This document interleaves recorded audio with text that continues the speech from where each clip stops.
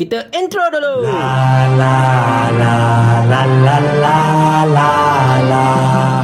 Assalamualaikum warahmatullahi. Keputusan PRK Kemaman telah pun kita ketahui. Dr. Samsuri Mokhtar, Menteri Besar Terengganu, akhirnya telah rasmi dihantar ke Parlimen dengan majoriti 37,220 undi. Peningkatan lebih 10,000 undi daripada majoriti yang telah diperoleh oleh Cik Alias Hamid ketika PRU yang ke-11 dulu. Dan di sini insya-Allah ada beberapa perkara yang ingin saya sentuh berkenaan dengan PRK Kemaman ini. Yang pertama, memanglah kita seronok dan bergembira dengan kemenangan Dr. Sam.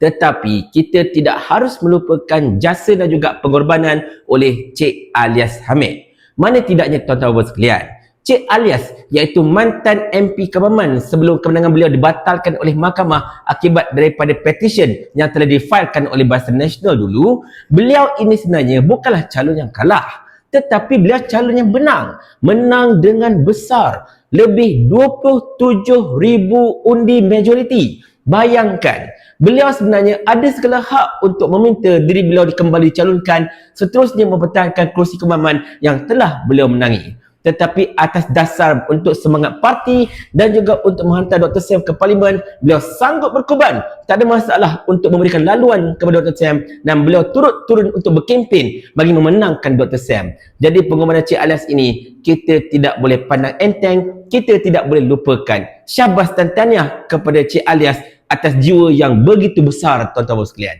Yang keduanya, kita tak nampak pun kempen-kempen yang merepek daripada PAS. Alhamdulillah, kali ini kita nampak begitu luar biasa sekali strategi dan juga segala pergerakan kempen oleh PAS. Tetapi untuk Barisan Nasional, saya tak boleh nak kata macam tu. Sebab nombor satunya, saya tak tahu kenapa mereka meletakkan calon walaupun jeneral besara, tapi seolah-olah macam tak kerti apa. Bayangkan dia boleh kata Dun Kemaman, Kemaman di Parlimen. Takkanlah kau sebagai jeneral besara, kau tak tahu Kemaman itu ialah Parlimen. Engkau ni bertanding untuk kursi Parlimen. Lepas tu kau boleh kata, oh kita nak jadi Dun dan sebagainya.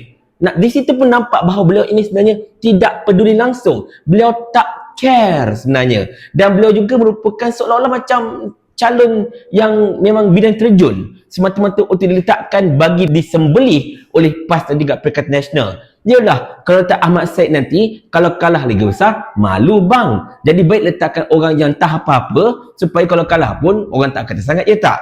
Belum cerita lagi tentang perangai Samsing KP UMNO iaitu Akmal Saleh yang boleh bantai parking kereta dekat tengah-tengah jalan, dekat traffic light, lepas tu berjalan kaki untuk menuju ke arah flash mob dengan muka bangganya. Allahu Akbar. Kau tu datang tempat orang, Akmal. Agak-agaklah perangai tu sikit. Lepas tu lagi nak cover line. Apa cerita masalah kau ni? Perkara yang ketiga yang saya ingin sentuh, tidak berlaku penambahan undi ataupun pemindahan undi daripada penyokong-penyokong Pakatan Harapan kepada Barisan Nasional.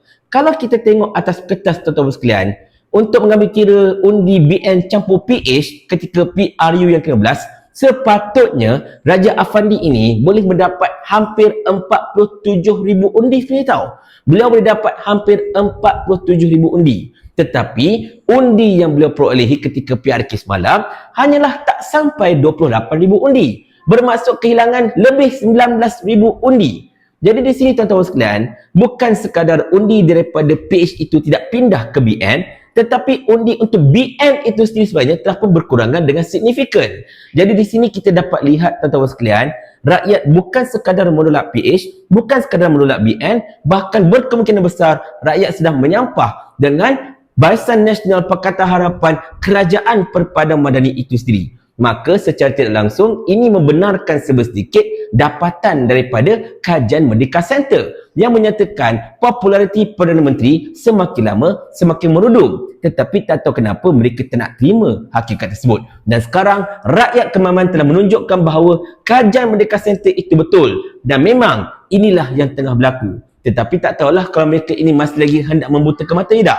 Yang keempat, banyak perkara last minute yang berlaku yang menjadi faktor kepada kemenangan besar Dr. Sam ini. Yang paling besar sekali yang saya bersentuh ialah kenyataan Lim Kit Siang sehari sebelum pengundian yang mengatakan bahawa beliau berhasrat untuk meletakkan bukan Islam, bukan Melayu sebagai Perdana Menteri negara ini. Dan bagi saya ini memang satu killer blow, satu pukulan maut kepada peluang Darjat Afandi dekat Kemaman. Mana tidaknya tuan-tuan sekalian, Kemaman ini kawasan Melayu. Bila kau sebagai salah satu anggota dalam gabungan parti kerajaan yang bakal menyokong Raja Afandi mengeluarkan kenyataan yang memang sensitif begitu, memang cakap terus terang lah, memang kena paku awal-awal. Jadi saya tak tahu kenapa Pakatan Harapan masih lagi boleh tolerate dengan Lim Kit Siang punya blunder yang semakin lama semakin menyakitkan hati. Dengan kenyataan gelombang hijaunya dan macam-macam lagi, saya rasa mungkin dah tiba masanya Lim Kit Siang ini bersara sajalah daripada persada politik negara.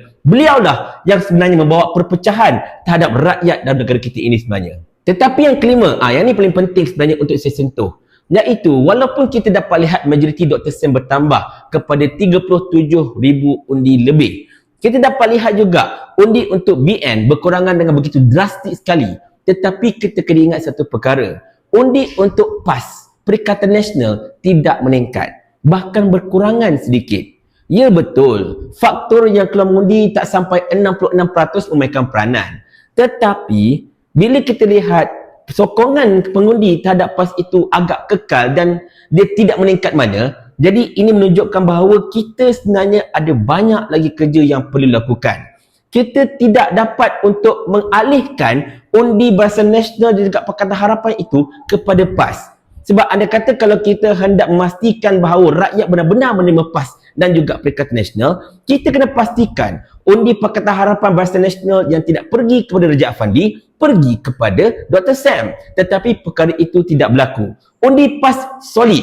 Memang penyokong mereka undi PAS. Tetapi undi daripada PH dan BN tidak pindah kepada Dr. Sam. Dan perkara inilah yang perlu untuk dikaji, perlu untuk diperhalusi dan juga perlu ditangani supaya kita ada peluang yang lebih besar untuk PRU yang ke-16 nanti. Jika tidak, kita akan kekal syok sendiri, kita hanya akan kekal sebagai jago kampung tetapi tidak mampu untuk pergi ke arena lebih besar, tuan-tuan sekalian. Jadi itulah 5 pandangan saya berkenaan dengan PRK Kemaman. Apa-apa pun kita ucapkan tahniah kepada Dr. Syamsuri Mokhtar, selamat datang ke Parlimen, dan kita harapkan strategi PAS dan juga Perikatan Nasional untuk meletakkan Dr. Sam di dalam Parlimen merupakan strategi yang ampuh. Seterusnya mungkin akan menangkap imajinasi rakyat betapa Dr. Sam ini insya-Allah merupakan Prime Minister in waiting, Prime Minister in grooming dari pihak Perikatan Nasional dan juga PAS itu sendiri. Yang penting, PAS telah berjaya mendapatkan kemenangan moral.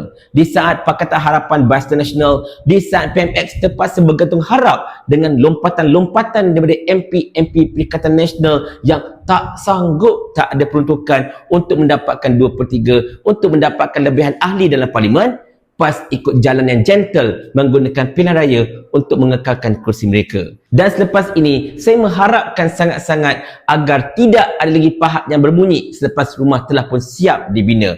Jangan ada lagi usaha untuk nak buat petition sana, petition sini. Kalau setakat majoriti setakat 2,000, 3,000 nak buat petition, itu baloi lah bang. Tapi kalau dah sampai 27,000 lebih, 30,000 lebih majoriti pun nak buat petition, itu membazirkan duit rakyat, itu menyusahkan rakyat, menyusahkan semua pihak masalahnya. Dan kepada mereka yang dok sakan nak buat petition sana, petition sini ini, tak tahulah sebab apa, dah tahu mereka akan kalah tapi tetap nak buat petition juga. Satu soalan yang saya ingin tanyakan kepada anda.